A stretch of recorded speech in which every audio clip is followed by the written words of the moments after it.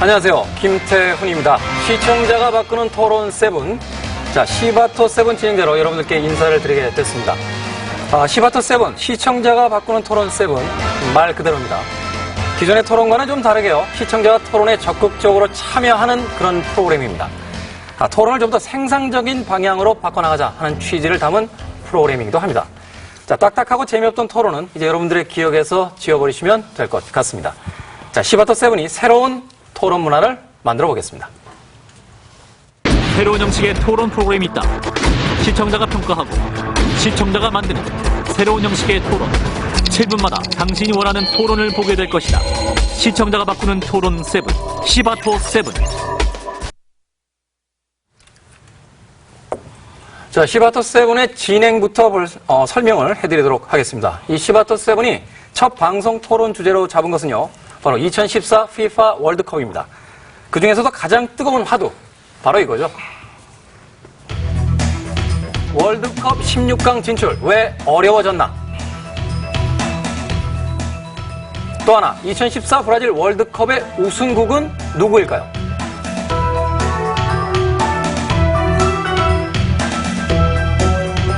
자, 지금부터 흥미진진한 시바토 7, 새로운 스타일의 토론 배틀을 벌려보도록 하겠습니다. 네.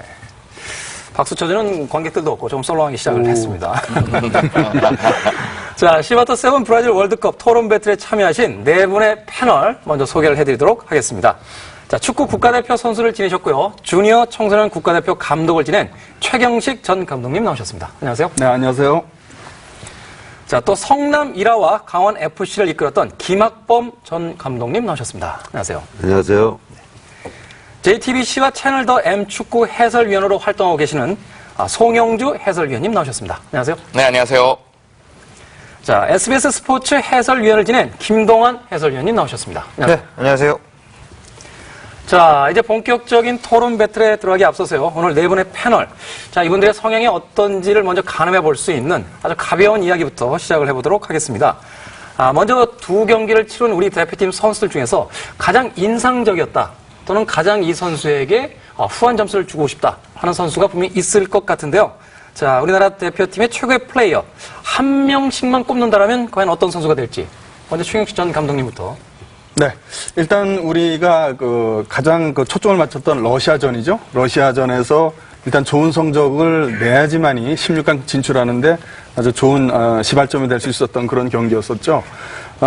보이지 않는 숨은 공로자 한국영 선수를 들 수가 있습니다. 네. 한국영 선수는 진공청소기라고 불리는 김남일 선수, 어쨌든 후배되는 그런 입장에서 진공청소기 못지않은 아주 좋은 활약을 보여주면서 아주 중간에서 아주 그 활약이 대단한 그런 플레이를 보여줬습니다.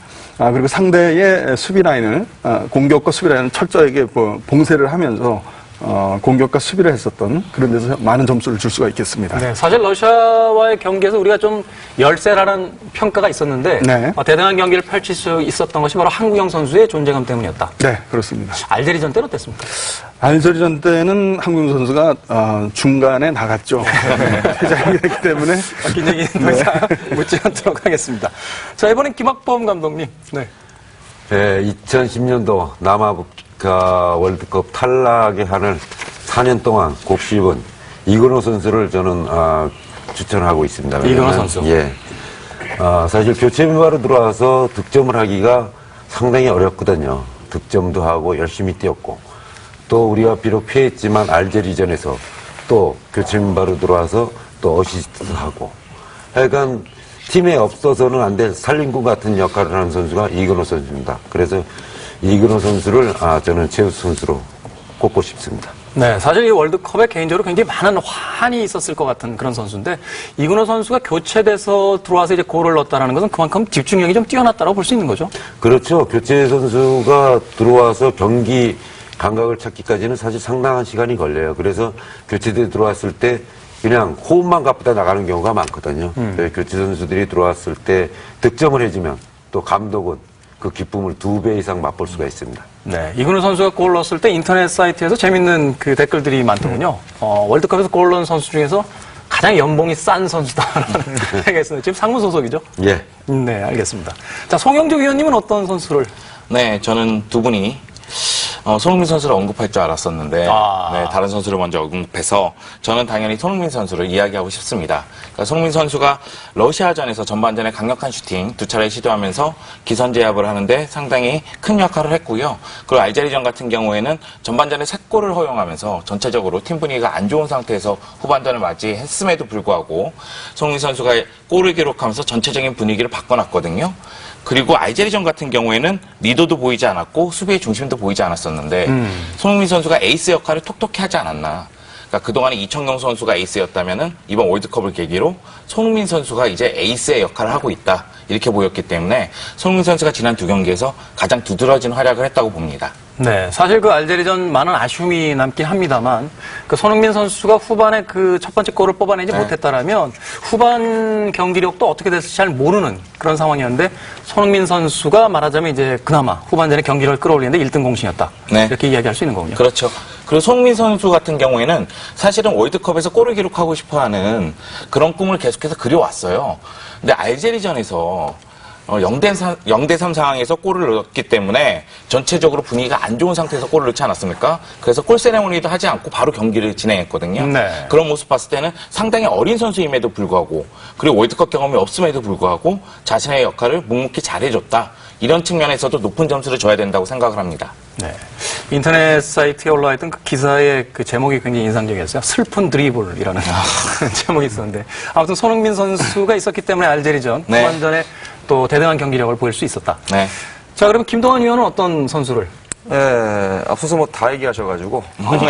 아직도 8명의 선수, 8명이 아니죠. 벤치에도 있죠. 예. 근데 참 이 곤란한, 성향 파악에 있어서. 송영주 위원이 얘기했는데, 뭐, 월드컵에 골을 넣는 그림은 다들 그리죠. 예. 네. 근데 제가 봤을 때는 뭐, 분데스리가를 주로 중계하니까, 이제 손흥민 선수를 꼽은 것 같은데, 손흥민 선수가 골을 넣고 경기의 전체적인 공격적 빌드업의 분위기를 전환시킨 거는 제가 봤을 땐 김신욱 선수가 아닌가. 김신욱 선수가 교체 투입되면서 떨궈주는 볼을 손흥민 선수라든지 미드필더가 와서 보유하면서 슈팅까지 만들어가는 과정이 많았거든요. 역시 뭐 이근호 선수의 활약상도 있었지만은 저는 뭐 홍명보 감독이 전략상 이따가 또 얘기하겠지만은 전략상 김신욱 카드를 꺼내드릴 때 굉장히 고민을 많이 했을 거라고 좀 생각이 들거든요. 하지만 김신욱 선수를 카드를 꺼내들었을 때 알제리전 때 저는 분위기가 완전히 바뀌었고 또 김신욱 선수로 하여금 상대 수비가 뒤로 물러나게끔 한 충분한 또 공을 보였기 때문에 벨기에전 때도 그렇고 이 김신욱 카드가 좀 적시적소에 써야 되지 않나. 그만큼 또 기대 이상의 활약을 해줬고 또 울산 시절에도 이근호 선수랑 콤비네이션이 굉장히 좋았거든요. 그것이 좀 다른 K리그 팀들에게 좀 곤란함을 많이 만들었었던 그런 기록들이 많은데 아무래도 저는 개인적으로 그래서 뭐 잘한 선수들 다 맞지만 저는 개인적으로 김신욱 선수가 기대 이상으로 굉장히 잘해줬다 이렇게 좀 평가하고 싶습니다. 네, 저도 그 경기 봤습니다만 전성기 때 조재진 선수 보는 듯한 느낌이라고 할까요? 센터링에 올라가면 어떻게든 그 머리에다 공을 맞춰주는 그 장면들이 굉장히 인상적이었던 그런 선수였습니다. 그 한 경기에서 공중볼을 12번이나 탈취했다고 해요. 거의 농구의 리바운드 수준이네요. 자, 그러면 지금부터 본격적으로 토론 배틀에 들어보도록 하겠습니다. 2014 피파 브라질 월드컵이 오늘로 벌써 13일째를 맞고 있습니다. 지금 월드컵 최대의 화두는요, 홍명보호의 16강 진출이 왜 어려워졌는가, 그리고 이제 16강은 정말 불가능한 것인가 하는 질문이 될 것 같습니다. 지난 18일은요, 러시아전은 1대1 무승부를 기록했습니다. 사실, 열세라고 예견했던 경기에서, 대등한 경기를 펼치면서 무승부를 기록했기 때문에 많은 또 희망을 가졌던 그런 경기였고요. 그리고 그제 벌어졌던 알제리전에서 아쉽게도 2대4 완패를 했습니다. 이제 조별리그 마지막 경기죠. 벨기에전이 모레 새벽 5시에 벌어지게 되는데, 16강 진출 가능성이 많이 희박해졌기 때문에 조금 지겨운 이야기가 되겠습니다만, 또다시 경우의 수를 따져야 하는 상황입니다. 자, 지금 시바토 세븐을 보고 계신 여러분들의 생각은 어떤지 궁금합니다. 대한민국의 브라질 월드컵 16강 진출에 아직 희망을 걸고 계십니까? 또 왜 이렇게 16강 진출이 어려워진 것일까요? 지금부터 시바토 세븐이 본격적인 토론 배틀에 들어가 보도록 하겠습니다. 시바토 세븐의 본격적인 토론 배틀, 네 분의 토론 전사들이 벌이는 토론 배틀에 여러분들도 참여를 해주실 수 있습니다. 훨씬 더 재미있게 시바토 세븐을 직접 참여와 함께 즐겨주시길 부탁드리겠습니다. 자, 아름다운 아나운서 김윤주 아나운서가 친절하게 참여 방법을 알려드립니다. 안녕하세요. CBS 아나운서 김윤주입니다. 새로운 형식의 토론 프로그램 시청자가 바꾸는 토론 시바토7 참여 방법은 간단합니다.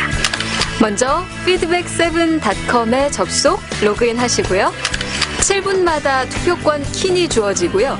잘하는 패널에게는 플러스 클릭, 잘 못하는 패널에게는 마이너스 클릭 하시면 됩니다. 마이너스를 많이 받은 패널은 5분 동안 토론에 참여할 수 없게 됩니다. 억지 주장이나 궤변을 늘어놓는 패널, 상대방의 의견을 경청하지 않는 패널, 문제의 본질을 흐리는 패널, 이런 패널들이 마이너스 점수를 받을 수 있다는 거. 또 하나, 토론을 지켜보면서 SNS로 친구를 초대하거나 댓글로 참여하시면 모바일 커피 쿠폰을 받을 수 있다는 거. 여러분들이 만들어가는 토론, 생방송 시바토7 많이 많이 참여해주세요.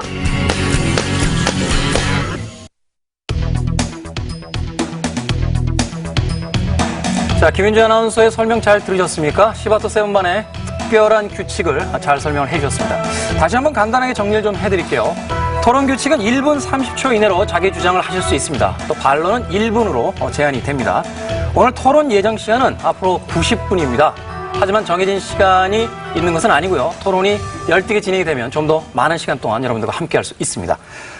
시청자 여러분들의 참여도에 따라서 시간이 늘어날 수도 있고 줄어들 수도 있다는 거 다시 한번 이야기 드리겠습니다.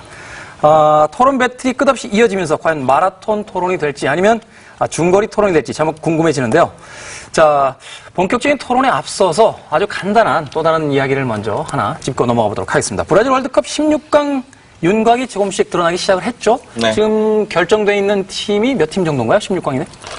지금 8개 팀이 정해졌죠. 지금 절반이 정해졌죠. 절반이 정해졌습니까? 그렇죠. 2조까지는 결정이 났죠. 뭐 구체적으로 설명드리면 A조는 브라질과 멕시코가 올라갔고요. B조 같은 경우에는 네덜란드와 이제 칠레가 올라갔고요.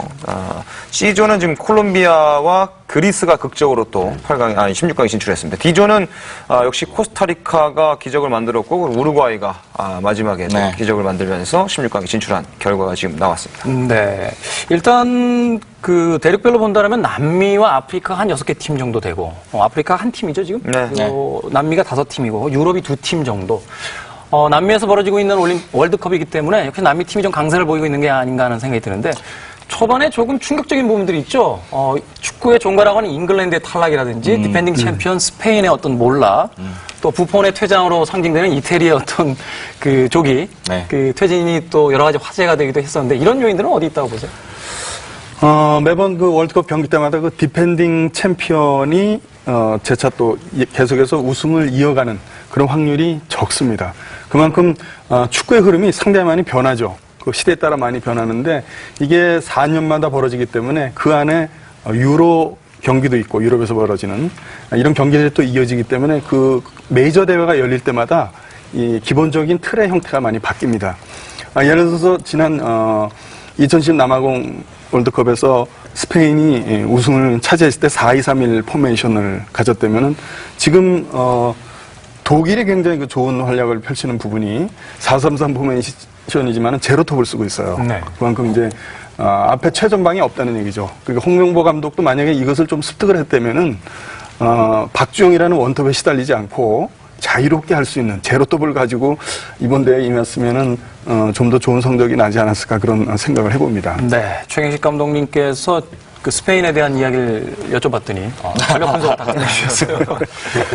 김학봉 감독님 이태리의 몰락이라는 이야기가 있는데 어떻게 보셨어요? 사실 남미 지역에 가면 유럽 선수들이 굉장히 고전을 해요. 사실 경기 전날까지 이태리 선수들이 그 습도가 높은 것에 대해서 굉장한 이야기들이 나왔는데 훈련할 때 습도가 무려 80% 이상. 선수들 경기력도 경기력이지만 이 습도로 인해서 선수들이 경기에 집중하지 못하고 짜증을 내며 사실 오늘 경기 우루과이 경기에서도 많이 나타났거든요.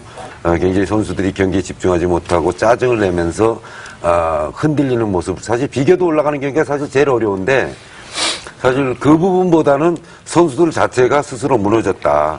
사실 그 이태리가 첫 경기 영국이랑 할 때는 굉장히 게임 내용이 굉장히 좋았거든요. 근데 두 번째 경기서부터 떨어지기 시작하는 이런 모습을 보여줬는데 사실 이태리의 탄력은 우승은 아니더라도 그래도 8강권 안에는 충분히 들어갈 수 있는 실력을 갖고 있었는데 떨어진 것은 이변이라고 할 수 있죠. 네, 축구 강국들에 대한 연구가 그만큼 활발히 진행이 됐던 것이 아닐까 하는 또 생각을 해보게 되고 세대 교체에 좀 실패한 부분들도 있지 않나 또 생각을 해봅니다.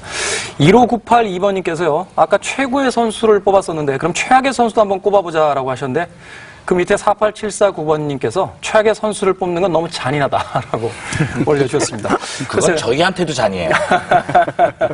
자, 시간을 봐가면서 저희들이 한번 그 토론의 주제로서 올릴 수 있는지 생각을 좀 해보도록 하겠습니다. 자, 하지만 뭐니 해도 우리에게 가장 지금 중요한 것은 우리나라 국가대표팀의 월드컵 16강 진출이 아직도 희망이 있는가? 이 부분이 아닌가 하는 생각이 듭니다.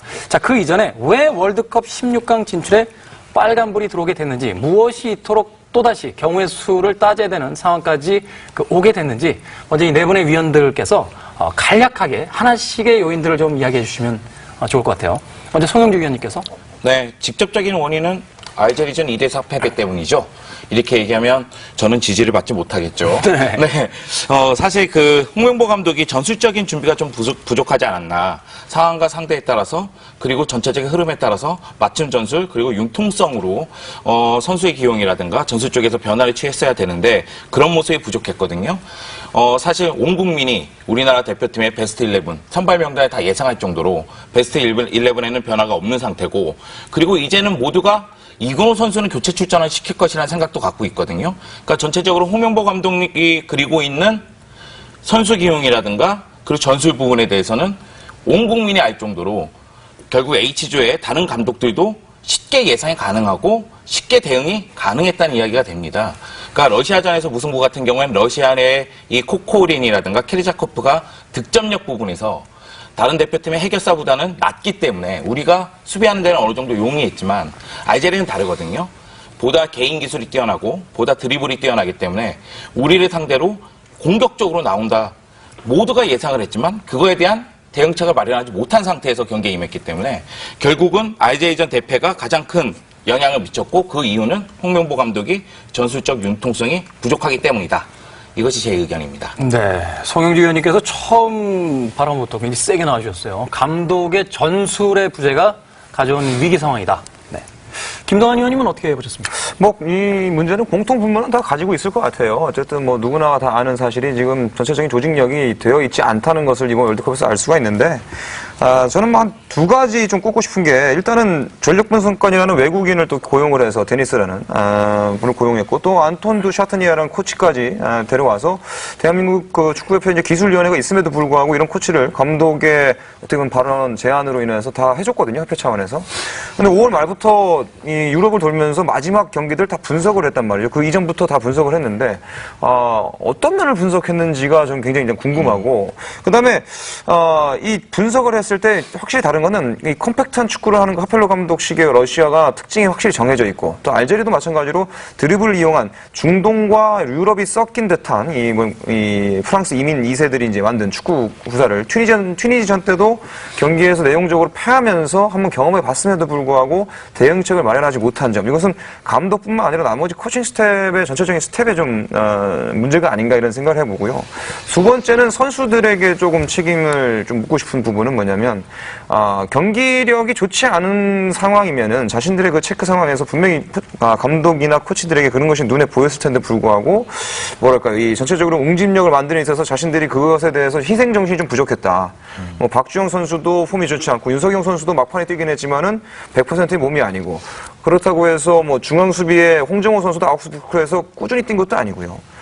선발을 라인업을 봤을 때는 경기력을 그대로 유지했던 선수가 몇 안 됩니다. 그런 상태에서 베스트 11을 짜다 보니까 축구는 변수가 굉장히 많은 것이 축구인데 11명 중에 1명만 좀 삐그덕거리고 나머지 10명이 다 영향을 받거든요. 축구 선수들 얘기할 때 뒤가 불안하면 앞도 안 된다라고 얘기하는데, 전체적으로 수비가 불안하니까 공격도 풀리지 않는 이런 것들이 계속 이루어지면서 알제리전에 그게 드러난 거죠. 사실은 러시아전 때 굉장히 잘했다는 것은 첫 경기에 초점을 맞췄기 때문에 정신력 강화를 통해서 많은 활동량을 보였지만은 러시아가 반면에 우리가 예상했던 것보다 못했던 부분도 있거든요. 그런 것들을 상대적으로 봤을 때는 알제리전에 딱 봤던 그 문제점, 그러니까 그 문제점이 그동안의 대표팀에 계속 나왔던 문제점이 그 한 경기에 모두 총괄되어 있지 않나 이런 생각을 좀 해봅니다. 네, 일단은 알제리와 러시아 이제 두 경기를 했는데 이 두 경기의 상대 자체가 유럽 팀과 아프리카 팀이죠. 각기 다른 스타일을 구사하고 있는데도 불구하고 홍명보호의 전술은 똑같았다. 말하자면 선발 출장과 교체 카드까지 다 똑같았다는 것이 결국은 이 두 번째 경기인 알제리전을 힘들게 만든 부분이다. 라고 이야기를 해주셨습니다. 자, 김학범 위원님께서는 어떻게 보셨습니까? 러시아전, 우리 경기 잘했죠. 잘했지만 홍명보 감독이 운짱이듯이 러시아전은 우리가 굉장히 행운이 따라준 경기였어요. 왜냐면 사실 러시아의 히로코프 같은 선수가 많이 투입됐다면 우리가 굉장히 어려운 한 2골 이상을 허용했을 것 같은 이런 경기력을 가진 선수였는데 사실 히로코프가 나오지 않는다 그래서 저는 굉장히 언론사에 밝히기도 저는 2골 접어주고 간다. 히로코프의 킬 패스는 평가전에서 보여줬듯이 굉장한 능력을 갖고 있기 때문에 특히 우리 수비 움직임으로 봤을 때 히로코프에 찔러주는 패스는 우리 수비를 굉장히 곤혹스럽게 할 뻔했는데 그런 부분이었고 두 번째는 또 이근호 선수가 슈팅을 했는데 상대 골키퍼가 또 맞고 들어가게 하는 러시아전에는 굉장히 우리도 준비했지만 행운이 많이 따랐던 경기였다 이렇게 보는데요. 사실 알제리전 같은 경우는 어떤 기본이 안 된 준비였다 그러죠. 감독이나 선수나 모두가. 왜냐하면 알제리 할호지치 감독한테 홍명보 감독이 완전히 당한 거예요. 그 사람 수싸움에 진 거죠. 쉽게 얘기해서 알제리는 벨기에전을 포기했어요. 아주 극단적인 수비 방법으로 여론의 문매를 맞으면서까지도 우리를 대비하기 위해서 사실 포기를 했다는 얘기죠. 그거는 그 경기는 내주고 우리 경기는 잡겠다. 왜? 히든 카드들을 숨겨놨었어요. 우리 대표팀이 이것을 체크하지 못한 거죠. 사실 5명의 교체 선수가 있었죠. 예, 5명의 교체 선수, 특히 슬리마니 선수만 이제 벨기에 교체 멤버로 나왔지만 특히 브라이미 같은 선수, 유럽에서도 드리블 성공률이 메시, 호날두보다 더 앞섰다는 평가를 받고 있고 자부 선수, 또 상대 측면이 약하다고 평가를 했잖아요, 우리가. 근데 그 양쪽의 선수, 만디라든지 메스바라는 선수를 교체 투입하면서까지 우리에 대한 대비를 한 거예요. 우리 선수들이 거기서 그냥 다 한 거예요. 그냥 전반전에 그냥 부당탕 엇법권 맞고 세대 맞고 그렇게 된 상태에서 후반전을 맞았거든요. 사실 그래서 그런 준비가 안 된 러시아 경기는 운이 따른 경기, 두 번째 경기는 준비가 안 된 경기. 이건 누가 봐도 너무 잘못했다 이렇게 할 수 있는 상대편에 대한 평가입니다. 그 분석이 모자랐고 우리들의 전술이 거기에 맞춰지지 못했다라고 지금 김학범 위원님께서 이야기를 해주셨습니다. 자, 최경식 위원님도 짧게 한마디만 좀 덧붙여주시죠. 모든 특히 이 한국 팀이 월드컵 본선에 지금 9회 출전을 했는데 9회 모두 첫 경기에 초점을 맞춥니다. 첫 경기 시합에 100%의 컨디션을 유지하기 위해서 모든 정성을 거기다 첫 경기에다 쏟죠. 그리고 두 번째 경기에 가면은 지금 역대 전적을 보면은 알제리전까지 4무 5패가 됩니다. 이것이 왜 이런 현상이 나오냐면은 러시아전에 너무 100%를 했기 때문에 그 후유증으로 2차전에 가면은 알제리와 같은 이런 경기 결과가 나옵니다. 러시아전에서는 아킨페프 골키퍼가 많이 도움이 됐었죠. 네. 많이 도와주는 바람에 결국은 좋은 경기를 마무리를 할 수가 있었고 우리가 여러 가지로 굉장히 뒤진 그런 상태였습니다만은 1대1로 무승부를 기록을 할 수가 있었는데 어쨌든 그 컨디션 초점을 너무 1차전 예를 들어서 브라질이나 이제 우승을 노리는 팀들은 모든 그 컨디션의 초점을 준결승, 결승전에 맞춥니다. 네. 그래서 거기에 대비해서 컨트롤도 예선전도 어느 정도 하면서도 최종 준결승 결승전에 마치는 그런 것을 하는데 2차전에 알제리 사막의 여우라고도 불리긴 합니다만은 우리 중에서는 아웃사이더로 이제 분리가 됐었던 그런 팀이었거든요. 모든 팀들 다 한국과 알제리를 잡아야 된다라고 이야기했었어요. 그렇죠. 그러니까 그런 것이 전혀 반대로 좀 현상이 나온 거예요. 그래서 너무 첫 경기에 100% 쏟은 후유증이 2차전에서 나오면서 경기 결과가 이런 상태까지 나왔다고 할 수 있겠죠. 정리를 해본다면 이런 거군요. 말하자면 잡아야 될 경기와 조금은 느슨하게 가야 될 경기에 대한 어떤 그 선택과 집중이라는 문제에 있어서 사실 우리나라 그 팀들의 어떤 그 전략을 한다면 모든 경기를 다 최선을 다한다라는 그런 입장으로서 이제 그 대응을 했는데 그것보다는 좀 더 효율적인 방법으로 좀 접근을 했어야 된다. 근데 우리 한국 팀이 갖고 있는 현 상황에서는 잡아야 될 경기죠. 잡는다는 보장 없잖아요. 네. 알제리 못 잡았잖아요. 그것도 대패를 당했잖아요. 그러니까 모든 경기를 다 최선을 다할 수밖에 없어요. 최선을 다한 데보다 죽기 살기로 해야 된다는 거죠. 제 그래서 의견은 어느 아니고요. 경기든지 네, 최경식 잡아야 위원님 된다는 의견입니다. 얘기죠. 경기는 어쨌든 첫 경기의 결과에 따라 16강 진출이 많이 좌우가 되니까 첫 경기를 이겼을 때 그 16강에 진출하는 확률이 84%가 됩니다. 그렇기 때문에 첫 경기가 그만큼 중요하다는 얘기죠. 그러니까 선수 운영의 폭을 조금 컨트롤 했어야 되는데 계속 똑같다라는 것이 가장 큰 문제점이다라고 좀 저는 그리고 보여져요. 지금 이야기를 좀 종합하면 각 팀별로 전술도 좀 차이를 줬어야 되는 거 아닌가. 그러니까 러시아전 같은 경우에는 충분히 우리의 체력적인 부분이 그 경기에 맞춰져 있다면 체력적인 부분을 최대한 활용하면서 경기에 임하겠지만 네. 알제리전 같은 경우에는 체력적인 부분에 문제가 있다면 좀 더 라인을 내려서 경기에 임했어야 되는 것 아닌가. 아니면은 좀 더 초반부터 각이 부딪혔어야 되는 것 아닌가. 이런 부분이 있는데 거의 변화가 없으니까요. 네. 진행을 하시고 그러세요. 알겠습니다. 그 전술적인 측면은 그 이후에 이제 좀 더 자세하게 좀 다뤄보는 시간을 갖도록 하겠습니다. 자, 시바토 세븐의 토론 열기가 서서히 달아오르고 있습니다. 그래서 여기서 중간 점검을 한번 해볼까 합니다. 오늘 패널들의 토론에 대해서 시청자들은 과연 어떤 평가를 하고 계실지요? 살짝 중간 평가 결과를 한번 보고 갈까요? 네. 자, 그래프로 나오고 있죠. 현재 순위는 김동완 위원이 1위를 달리고 있고요. 김학범 위원이 2위, 송영주 위원이 3위, 4위는 최경식 위원이 달리고 있습니다. 자, 지금은 뭐 이제 모두 발언 정도였기 때문에 이 순위는 아직까지는 의미가 없을 것 같은데, 의미가 없더라도 조금 긴장하셔야 되는 것이, 네, 그 가장 적은 표를 받으신 분들은 이거 보이시죠? 네, 이 마스크를 착용한 채 5분 동안 발언권이 그 제한이 된다는 거. 네. 김학범 감독님에게 동의해주신 분이 계세요. 넥클라우스 1이라고 하셨는데, 역시 믿음직합니다. 현장에서 뛰셨던 분이라고 하셨습니다. 감독님에도 또 이 많은 팬분들이 계시기 때문인지 몰라도, 벌써 와서 또 응원 메시지를 보내주고 팬 계십니다. 많습니다. 성남, 강원 쪽 가면 굉장히 자, 그럼 본격적으로 이 감독의 용병술에 대한 부분들, 또 전술에 대한 부분들이 지금 이야기가 나왔는데, 자, 이 두 가지를 한번 엮어서 이야기를 좀 해보도록 하겠습니다. 박주영 선수에 대한 이야기가 끊임없이 나오고 있습니다. 자, 이 박주영 선수와 홍명보 감독에 대한 관계에 대해서 사실 대표팀에 그 차출된 것부터가 홍명보의 의리라는 뭐 그 유행어가 있을 정도의 그 여러 가지 논란이 있었는데, 자, 이 부분은 어떻게 보고 계세요? 저부터 얘기를 할까요? 네. 박주영과 홍명보 감독의 의리는 뭐 패러디돼서 최근에 또 얼마 전에 교육감 후보의 또 그림에 또 이렇게 패러디돼서 나온 장면들 보고 많이 웃었는데, 일단은 먼저 이 미괄식으로, 이 두괄식으로 정리를 하고 들어가자면, 이 홍명보 감독이 자승자박이 아닌가, 이런 생각을 합니다. 어떻게 보면, 박주영 선수만큼의 기량을 뽐낼 수 있는, 월드컵에서 활약할 수 있는 스트라이커가 없다, 그래서 뽑았다라고 강하게 자신이 주장을 했으면은 어떤 뭐 팬들도 불만은 있겠지만 거기에 대해서 감독의 권한이기 때문에 그런 것에 대해서 많이 비판을 안 했을 텐데, 애초부터 스스로 이 경기를 뛰지 못하는, 아스날에서 계속 게임을 뛰지 못하고 있고 그런 상황에서 게임 뛰지 못하면 뽑지 않겠다라는 자기간의 이 규칙을 정해놨기 때문에, 그것에 대해서 그 전에도 근데 지동원 선수나 이런 선수 게임 못 뛰었을 때 계속 대표팀에 소집을 했거든요. 근데 박주영 선수기 때문에 굉장히 민감하게 느꼈고, 또 미디어라든지 매스미디어에 비추는 자기 모습에 대해서 비판이 올까봐 그것이 어떻게 보면은 임대될 때까지, 경기를 뛸 때까지 좀 기다렸다가 와포드에 임대됐는데, 아까 뭐 김학범 감독도 절묘한 표현을 했지만 운짱이라는 대표팀이 기용하자마자 골을 넣었어요. 이제 그러면서 비판이 좀 줄어들었죠. 하지만 박주영 선수는 뭐 혜택이다. 대표팀 차원에서 굉장히 많은 혜택을 줬고, 홍명보 감독이 그 중심에 서 있었고,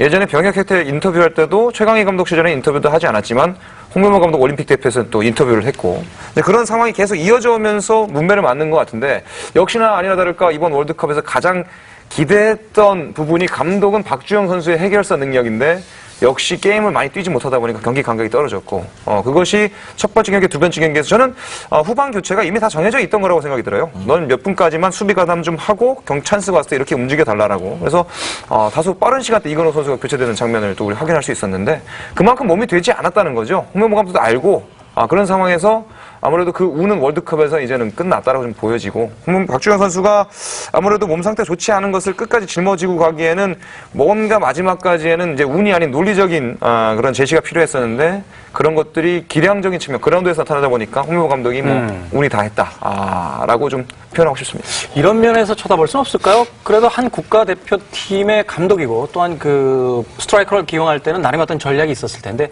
사실 이번 대표팀의 그 목표가 8강이었단 말이죠. 네. 8강을 목표로 했을 때는 그래도 박주영 선수가 살아나야 된다라는 어떤 그 나름의 어떤 그 당위가 있었기 때문에 초반 경기에서 무리수를 두더라도 좀 기용을 했던 것은 아닌지 지금 이야기해 주신 김동완 위원의 어떤 이야기에 좀 약간 반론을 좀 제기할 수 있는 의견은 없을까요?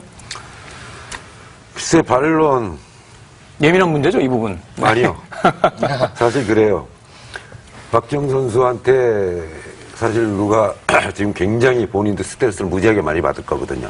돌을 지금 상당히 두드려 맞고 있습니다. 근데 사실 이러한 모든 것은 감독이 이제 경기가 다 끝나면 다 책임을 지게 돼 있어요. 사실 박주영 선수를 놓고 뽑기 전까지만 해도 사실 박주영만한 스트라이커감은 없었다. 이건 사실 맞는 얘기거든요. 아까 우리 김 의원님께서도 얘기했지만 제로톱 경기 운영을 해보면 어떨까? 사실 그 분위기를 더 우리가 갔어야 된다는 거죠. 사실 그 제로톱으로 활용할 수 있는 지금 독일이 3명의 밀러, 괴테, 또 외질이죠? 네. 외질이 돌아가면서 하는 이런 움직임을 우리도 충분히 할 수 있었거든요, 사실. 근데 그런 부분은 안 하고 오직 그냥 스트라이커 1명 무조건 있어야 된다. 그건 누구냐? 박주영이다. 김신욱이다. 사실 지동원이다. 이렇게 정해놓고 보니까 선택의 폭이 좁아졌던 거죠. 사실 박주영 선수를 뽑은 것은 감독의 권한이라는 이거죠. 그 다음에 그 결과물은 갖고 이제 감독이 책임을 지면 되지만 우리가 그런 과정을 놓고 보면 사실 이런 아쉬움이 있죠. 정 몸 상태가 안 좋으면 우리가 현재 돌아가는 사실 독일도 클로제를 제외하고는 사실은 강한 9번 자리가 없거든요. 네. 그래서 그런 식으로 운영을 하면서 경기를 운영하고 스페인도 역시 마찬가지입니다. 그래서 우리도 그게 필요 없으면 또 이 안으로라도 대안을 했으면 박주영 선수가 이렇게 여러 우리 국민들한테 문매를 맞는 이런 일이 없었을 건데 저는 그게 제일 아쉽더라고요. 네. 이런 문매를 과연 맞게 왜 해줬는가. 그러니까 김학범 의원님의 이야기는 사실 박주영 선수에 대한 논란이 많지만 그렇다면 박주영이 아니었을 때 그 자리를 또 누가 채울 것이냐에 대한 대안도 마땅치 않았고 또 만약에 박주영 선수의 몸 상태가 그렇게 좋지 않다라고 했다면 전통적인 원톱 그 전술보다는 좀 더 창의적인 전술을 짜야 됐던 것이 아니냐라고 지금 입장을 이야기해 주셨습니다. 자, 본격적으로 이제 이야기가 진행이 되고 있는데요. 잠깐 안내 말씀을 드리면 투표 참여를 독려하는 이야기입니다. 플러스 마이너스 여러분들의 의견을 직접적으로 저희들에게 보내줄 수 있습니다. 피드백닷컴과 판도라TV에서 댓글로 또 여러분들의 의견 표명해 주시길 부탁드리겠습니다. 자, 혹시 이 부분에 대한 또 다른 의견이라든지 반론 있으신가요? 저는 그 선수 차출했을 때 소속팀에서 출전수가 없다면 대표팀에 들어올 수 없다라고 하는 홍명보 감독의 자신의 원칙에 어느 정도 위배를 하면서까지 박주영 선수를 불러들였을 때에는 이것을 합리화하는 것보다는 그냥 직설적으로 얘기하는 게 좋았다고 봐요. 그러니까 좀 전에 김학범 감독님이 얘기했듯이 우리에게 필요한 건 박주영이다.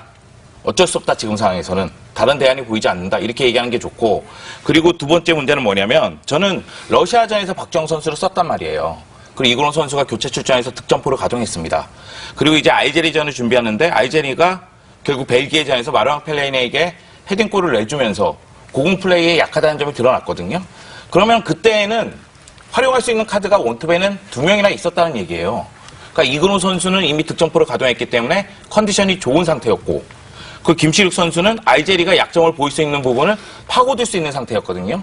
그럼에도 불구하고 박주영을 선택한 거는 이건 홍명보 감독의 실수고 어떻게 본다면 박주영 선수가 그 전에 교체 아웃됐을 때도 홍명보 감독은 체력적인 문제 때문에 뺐다는 얘기까지 했거든요. 그러니까 박주영 선수도 이런 부분에 있어서는 좀 더 기여도 높은 모습을 보여줘야 되는데 그러지 못했고 이것은 박주영 선수 잘못도 있고 그 홍명보 감독의 판단 미스도 있다. 양쪽 다 약간 문제들이 있는 건 아니었나 이런 생각이 듭니다. 네, 뭐 공통적인 의견으로 지금 모아지고 있는 것 같은데 최경식 위원님은 어떻게 보셨어요? 제가 박주영 선수의 현재 입장이라면은 홍명보 감독한테 얘기를 해서 이번 월드컵은 제가 몸 상태가 되어 있지 않기 때문에 다음 기회로 넘기겠다 이런 얘기를 아마 했을 것 같아요. 왜 그러냐면 본인이 지금 어떤 경기를 할 수 있는 그런 몸 상태나 경기 경험이 없기 때문에 런던 올림픽 이후에 물론 동메달을 그때 획득할 때 좋은 활약을 보여줬습니다만은 2년 전과 지금은 전혀 다릅니다. 지난 2년간 소속팀에서 거의 출전 네, 기회가 출전을 없었잖아요. 못했죠. 그래서 그런 경기 감각도 떨어지고 체력적인 부분도 그렇고 그래서 그런 문제 때문에 박주영 선수가 포기를 했어야 되는데 거기에 또 참가를 했고 올림픽과 월드컵은 굉장히 차이가 납니다. 그 홍명보 감독도 올림픽에서 성적이 난 것을 가지고 이제 월드컵에 다시 그거를 어떤 뭐 성적을 내려고 했는데 기본적인 틀이 다 똑같이 나가는 거죠. 전술도 같죠. 그러니까 A 플랜, B 플랜, C 플랜 이런 것이 있어야 되고 예를 들어서 러시아와의 대응을 할 때, 알제리와 할 때, 또 다음에 있을 벨기에와 대응을 할 때 그 전술 전략이 다 바뀌어야 돼요. 이거는 상대성입니다. 상대성에 맞춰서 전술 전략을 짜야 되는데 일괄되게 지금 똑같은 포메이션 거의 비슷한 선수들로 기용을 하기 때문에 여기서 문제가 파생이 되면서 지금 같은 이런 경기 결과가 나왔던 거죠. 네, 뭐 그래서 사실은 선수가 이렇게 경기를 많이 안 뛴 선수들을 살려내려면 굉장히 많은 시간이 걸려요. 저도 뭐 많은 선수들을 살려내봤지만 박주영 선수는 이제 와서 한 달 훈련했단 말이에요. 제가 경험한 바로는 지도자 현장에서 경험한 바로는 그 정도 경기를 못 뛰면 최하 6개월이 걸립니다. 그 선수를 회복하는데 그것도 계속해서 게임을 투입을 시켜야만이 6개월이 걸리는데 한 달 안에 사실은 그 살려낸다는 게 그게 굉장히 어려운 거거든요. 사실 그 정도의 6개월이라는 시간을 해야 되는데 그 선수가 지금 그 정도의 경기 못하고 죽어있는 상황이라면 사실 6개월이라는 시간이 소비되는데 홍 감독이 자기가 걸어놓은 고리에 자기가 걸려버린 거예요, 사실은. 네. 그런 선수가 박주영뿐만 아니에요. 지금 보면은 지동원 선수도 꾸준히 못 뛰었죠. 윤석영 선수 마찬가지입니다. 그리고 전체적으로 구자철 선수도 중간에 부상이 있었죠.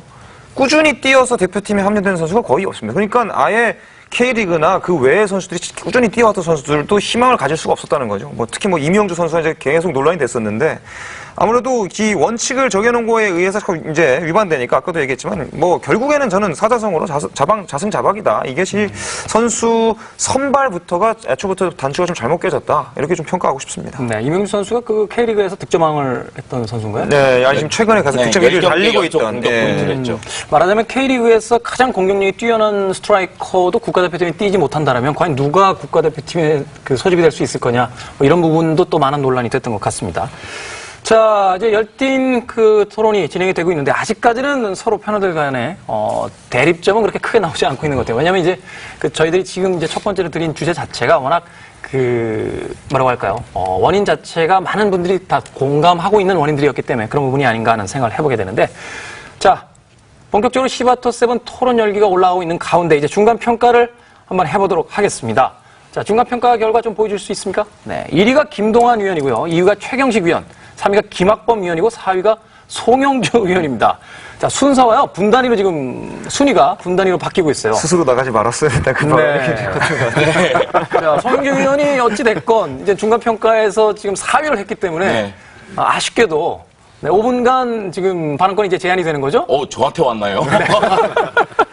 분발할 걸 그랬습니다. 맞을지 모르겠어요. 자, 송영주 위원이 처음으로 이제 마스크를 쓰게 되면서 좀 더 토론의 열기가 후끈 달아오르지 않을까 하는 생각을 해보게 됩니다. 자, 이제 선수와 전술에 관한 이야기까지 나눴습니다. 그런데 이제 선수와 전술 모두 다 이제 감독의 이제 책임이라는 부분으로 이제 가게 되는데 우리가 흔히 2002년도 히딩크 감독과 이제 비교하게 되고 그때 또 4강 신화와 이제 비교를 하게 되는데 이런 이야기가 있죠. 2002년도에 히딩크 감독이 직접 했던 이야기입니다만 당시 한국 대표팀은 일종의 프로축구팀이었다. 1년 내내 소집 훈련을 할 수 있었고 합숙이 가능했던 팀이었는데 이후부터는 그만큼의 어떤 전폭적인 지원이 이루어지지도 않았고 또 그렇게 할 수도 없는 상황이었다라는 이야기를 했습니다. 그 중에서 가장 큰 문제가 바로 그 조광래 감독부터 시작해서 최강희 감독 또 홍명보 감독으로 이어지는 이 감독의 잦은 교체가 문제가 아니었느냐 하는 이야기를 하게 되는데요. 자, 이 부분에 대해서 또 이야기를 좀 나눠보죠. 먼저 1위를 하신 김동환 위원부터. 네. 좀 감독의 잦은 교체는 대표팀에 좀 악영향을 끼칠 수 있는 부분은 많죠. 하지만 이 해임 사유를 좀 보게 됐을 경우에는 조광래 감독이 부임하고 나서는 만화축구다 이런 얘기가 나오면서 굉장히 좀 만화축구라는 게 어떤 의미입니까?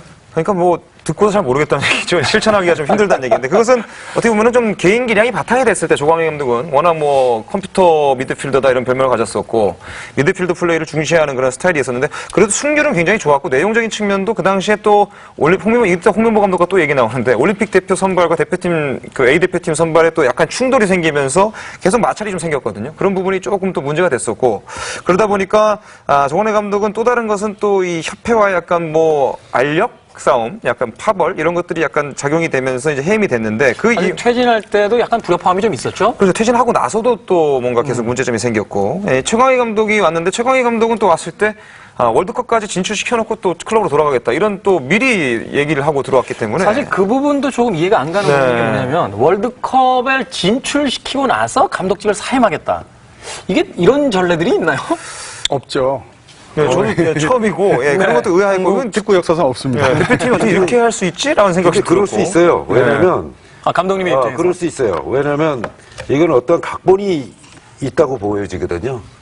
어차피 나도 그렇습니다. 내가 여태까지 더 이상 못 간다 판단을 내리면 나는 여태까지 하겠다.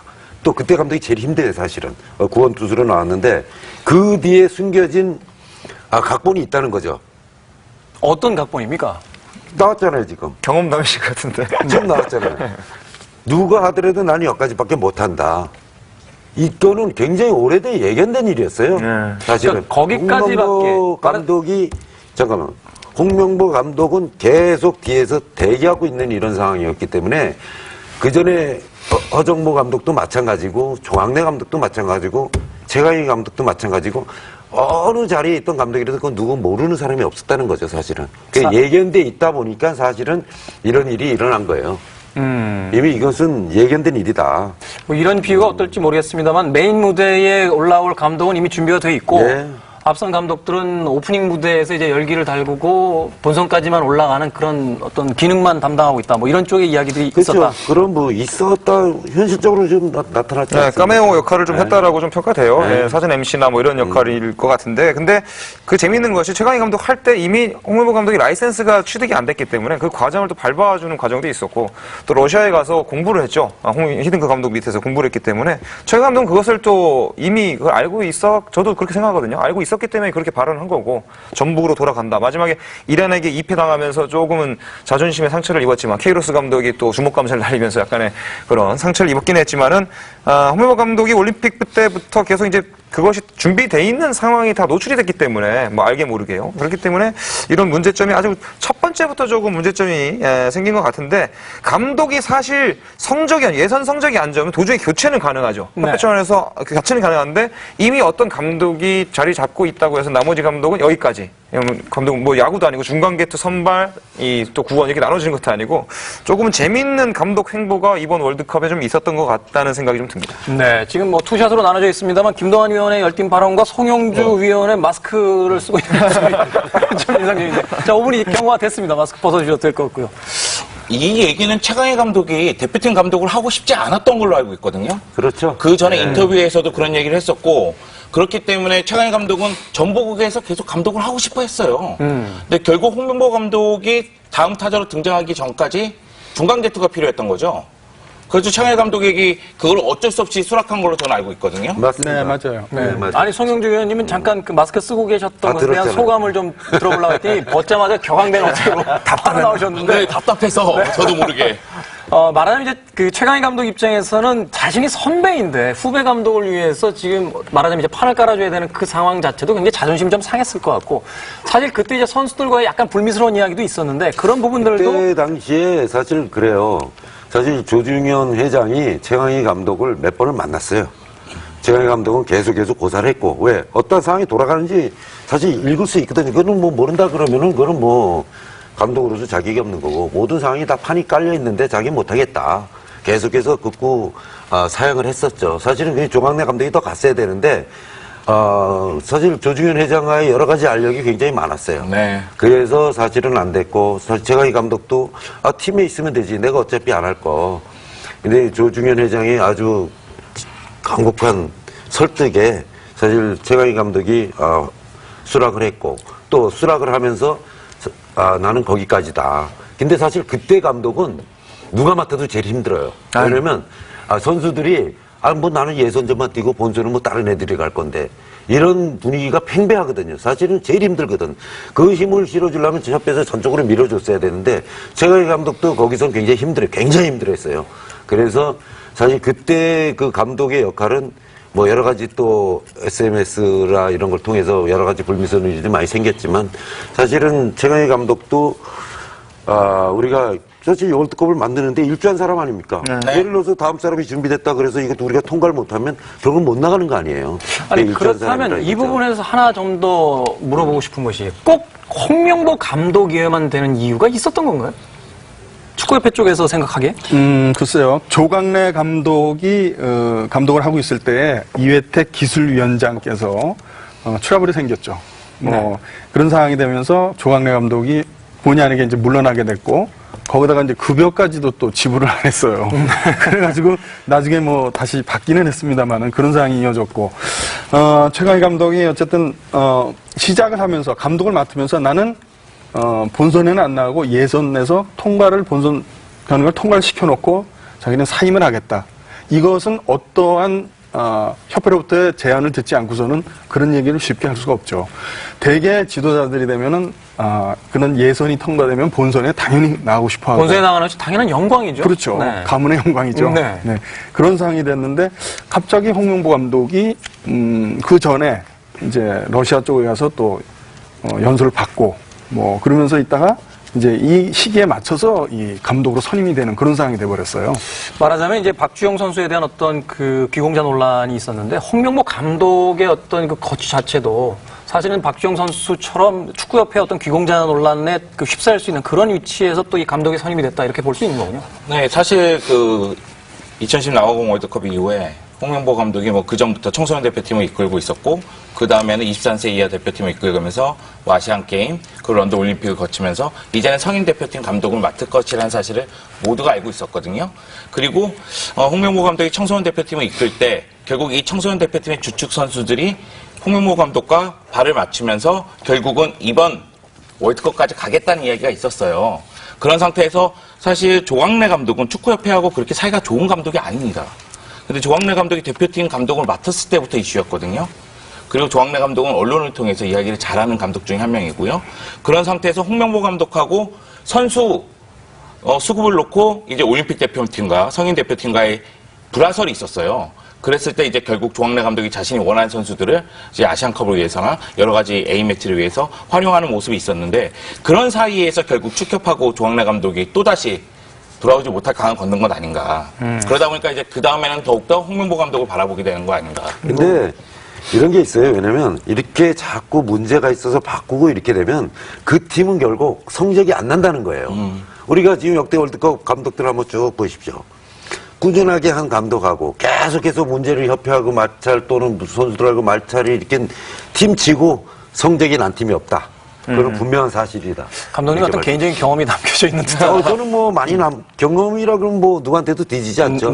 사실 이런 부분도 굉장히 뭐 문제가 많이 있죠, 사실은. 네, 우리 알겠습니다. 협회에서도 그렇고 여러 뭐 많은 문제가 한두 가지가 아닙니다, 사실은. 사실 뭐 축구협회와 감독에 대한 이야기, 뭐 그 축구협회를 둘러싸고 있는 뭐 학연에 대한 이야기는 뭐 여러 이야기들 속에서 나왔던 이야기니까 이 정도로 약간은 정리를 좀 해보도록 하겠습니다.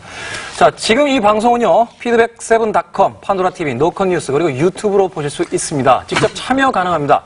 플러스 마이너스를 통해서 여러분들이 지지하는 위원들에게 플러스 점수를 주실 수 있고요. 또 자신의 의견과 다른 위원들에게 마이너스 의견을 주실 수 있습니다. 자, 피드백7.com으로 들어오시면 로그인 하신 뒤에 직접 또 댓글을 남겨주실 수 있으니까요. 많은 참여 부탁드리겠습니다.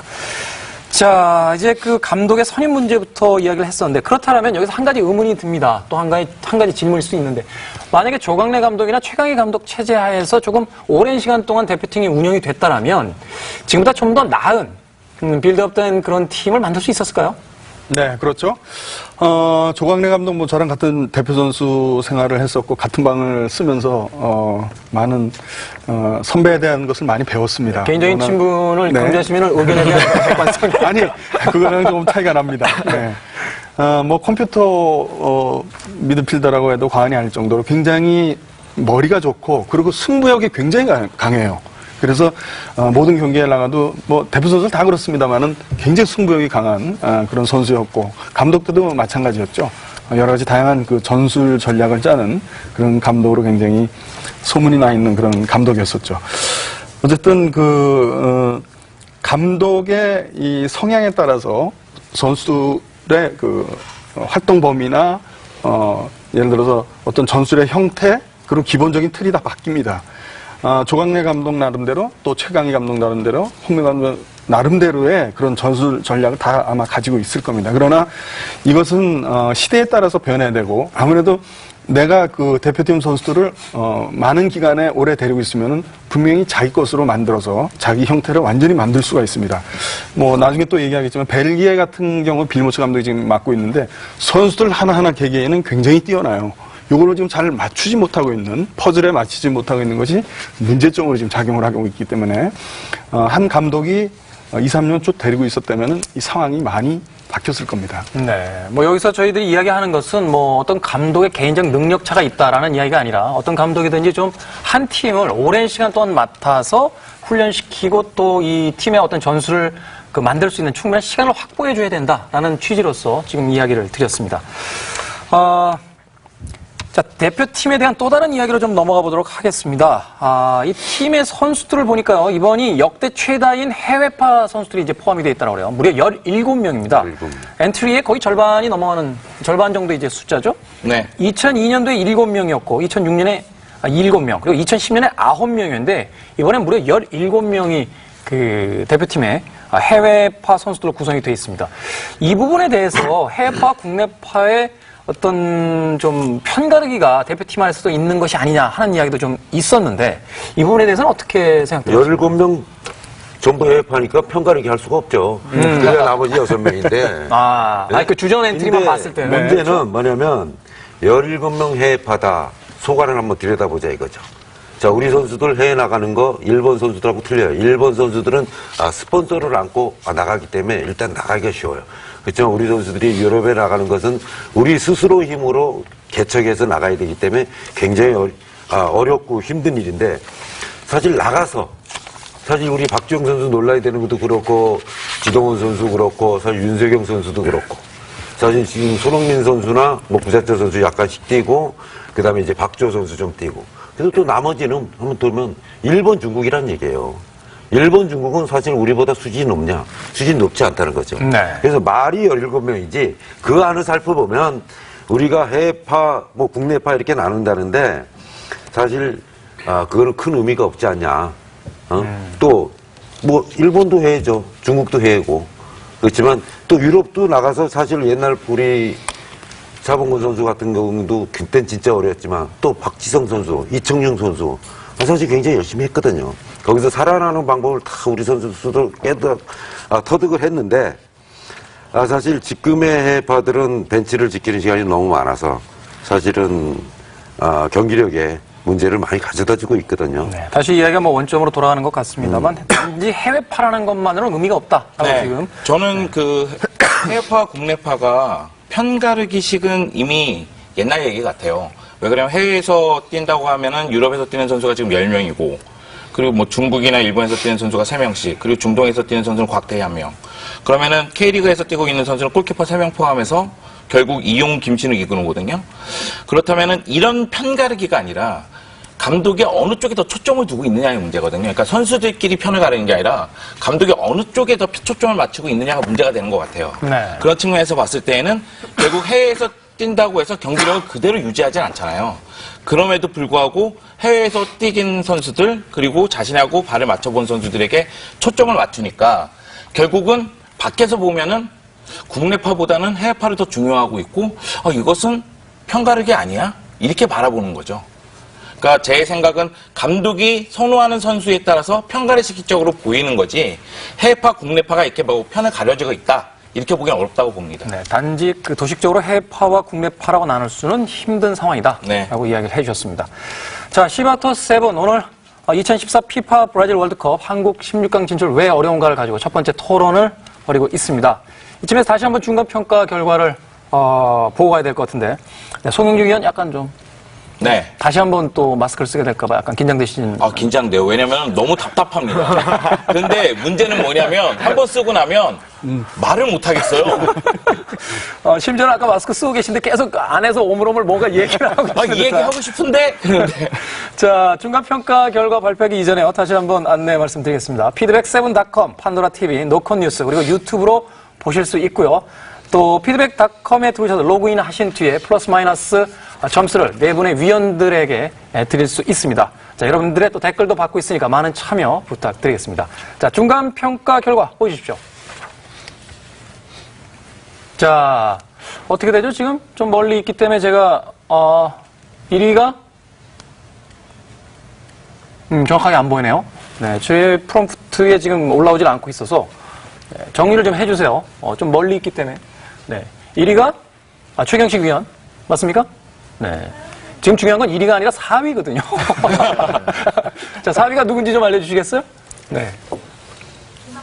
네, 김학범 위원님께서 4위를 했다고 저희 AD가 아주 큰 소리로 저 스튜디오 바깥에서 외쳐주셨습니다.